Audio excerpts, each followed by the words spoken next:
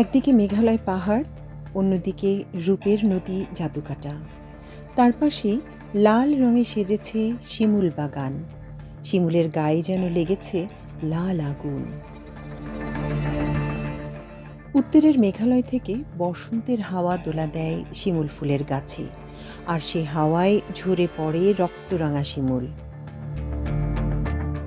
প্রতি বছরের মতো এবারও টকটকে লাল শিমুল ফুটেছে পুরো বাগানে। সূর্যের আলোয় সবুজের ডালে লাগে রক্তলালের নাচন। জাদুকাটা পাড়ে শিমুল বাগানের এমন সৌন্দর্যে মুগ্ধ হচ্ছেন পর্যটকরা। সে কারণেই প্রতি বছরই বাগানে বাড়ছে পর্যটক। শিমুল বাগানটা একটা ইউনিক জায়গা। এই এই শিমুল বাগানটা আর বাংলাদেশের কোথাও পাবেন না। একটা দুইটা গাছ পাইতে পারেন, কিন্তু এটা একটা ইউনিক জায়গা। আসাটা খুব কষ্টকর, দুর্গম এলাকা, তারপরে এসে ভালো লাগতেছে। সৌন্দর্য তো দেখতেই পারতেছেন ভালো আছে, তবে এখন আর কি মূলত আর কি সিজনটা না, যেই কারণে ওই রকম ফুল পাওয়া যেতেছে না। মানে একদম শেষ সময় এসে পড়ছি, তবে চলে। কিন্তু এই নিয়ে 50 টাকা ভাড়াটা আর কি এক্সট্রিম বেশি আর কি, এটার তুলনায় আর কি ভাড়াটা খুবই বেশি। যেখানে পরিবেশ মানে মোটামুটি এখনো পর্যন্ত ভালোই আছে। গাছ ভর্তি শিমুলের কোনো সৌরভ না থাকলেও মায়ায় কোনো কমতি নেই। দূর দূরান্ত থেকে ছুটে আসা মানুষ যেন সে মায়ার জালেই বন্দী। অতিথিদের সৌন্দর্যের সাম্রাজ্যে স্বাগত জানান শিমুল বাগানের ফুল বিক্রেতা, ঘোড়াচালক ও ছবিয়ালরা। শিমুল বাগান দেখি নাই, তো এটাই ফার্স্ট এক্সপিরিয়েন্স। তো ভালোই ছিল, বাট আমি বলবো যে রাস্তাঘাটের অবস্থা খুবই বেহাল আর কি। আমার মনে হয় যাতায়াত ব্যবস্থা যদি একটু বেটার করা যাইতো, পর্যটক সংখ্যা আরও বাড়তে পারত। সুনামগঞ্জের তাহিরপুর উপজেলার মানিগাঁও গ্রামের বাসিন্দা রাকাবুদ্দিন। 100 বিঘা জমির উপর তিনি তৈরি করেছেন এ বাগান। এখানে রয়েছে প্রায় 3000 শিমুল গাছ। টকটকে লাল শিমুলের সঙ্গে রয়েছে হালকা কমলা রঙের ফুলও।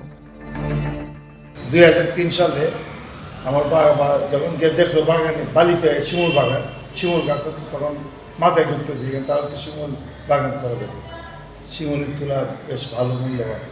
তখন জায়গা এক এক ক্রয় করা শুরু করলো। 30 একর জায়গার মতো ক্রয় করা হয়েছে। তখন বেশির উপর বিভিন্ন জায়গাতে চারা কিনে এনে সুচারুভাবে চারা লাগানো হয়েছে।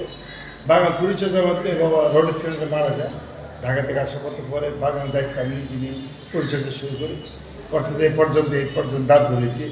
তখন বাবা অবশ্য দেখে যেতে পারে না, উপভোগ করতে পারে। আমরা উপভোগ করতেছি এবং দেখতেছি হাজার হাজার দর্শক, পর্যটকরা এই বাগানে বসন্ত উৎসব পালন করার জন্য আসে এবং সময় কাটানোর জন্য আসে। আসলে এটা আমরা ব্যবসা চিন্তাধারা করি না, আমরা মাত্র সেবাদের জন্য, বাবার ঐতিহ্যকে ধারণ করার জন্য, রক্ষা করার জন্য আমরা এখন আমরা পরিচিত করে যাচ্ছি। সুবিধার জন্য আমরা ওয়াশরুম করে দিয়েছি এবং গার্ডেন চেয়ারের ব্যবস্থা করে দিয়েছি, বাচ্চাদের দোলনার ব্যবস্থা করেছি এবং ক্যান্টিনের ব্যবস্থা করেছি, যাতে পর্যটকদের কোনো সমস্যা না হয়। এবং আমাদের সিকিউরিটির জন্য আমরা নিজস্ব সিকিউরিটি নিয়োগ করে দিয়েছি। এবং পরবর্তীতে আমরা আরও মাত্র প্ল্যান আছে ইকো কটেজ করার জন্য। আমরা একটু মাঝে চিন্তা ভাবনা করতেছি, যাতে কটেজ করেছে, যাতে রাত্রি যাপন করে জ্যোৎস্না আলু করে উপভোগ করতে পারে। এখানে 3টা মোহনায়, মাহারাম নদী, জাদুকাটা নদী এবং মেঘালয়, 3টা মোহনায় বাগানটা অবস্থান করতেছে। আসলে কটেজ যদি আমরা করে দিতে পারি তাহলে আমরা ব্যবসায়িক দিক দিয়ে লাভ হবে।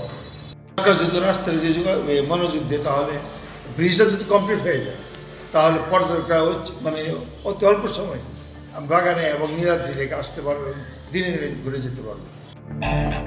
আগামীতে বাগানের পাশে একটি রিসোর্ট নির্মাণের পরিকল্পনা রয়েছে রাকাবুদ্দিনের।